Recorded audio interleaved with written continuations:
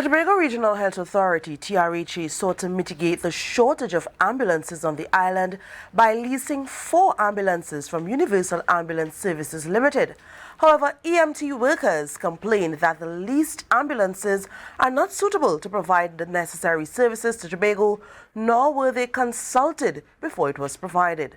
Reporter Kandace Jackson looked into the issue and brings us this story.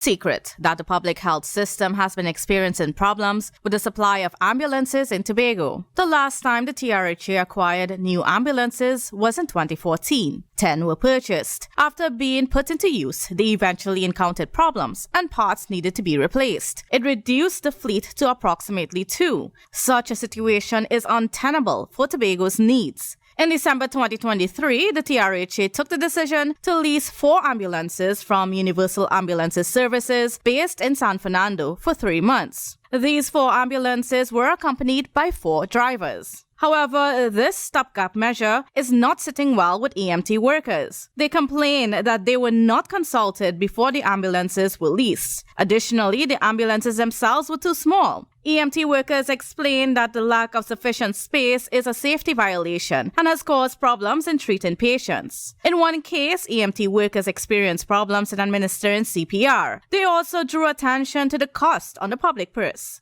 Each ambulance incurs a cost of approximately $3,000 a day, amounting to over $1.1 million for all 4 over the 3-month period. In comparison, they claim that acquiring parts for the old ambulances, such as a transmission or an engine mount, might only cost the TRHA approximately $250,000. In response, Secretary of Health, Wellness and Social Protection, Dr. Faith Yejol, said she recommended using the leased ambulances at short notice. I asked the Tobago Regional Health Authority to look into leasing a few ambulances to supplement the fleet. TRHA engaged Universal Ambulances Services Limited, but it was not the first time they were engaged.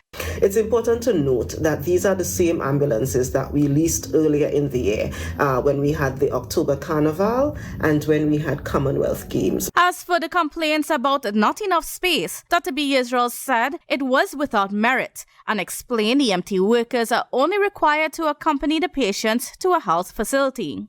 The company that we've leased those ambulances from have, of course, all of their necessary approvals, all of their necessary insurances and so forth. We would not have entered into an agreement without checking those things first. She stressed that the leased ambulances are only a short-term measure because 4 new ambulances were purchased and should be arriving in Tobago in a couple of weeks.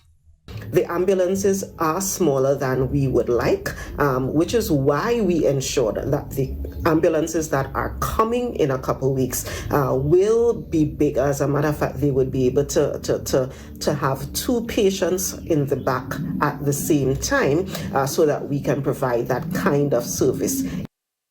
The 4 new ambulances were purchased at $1.3 million. Kandace Jackson, Tobago Updates Television News.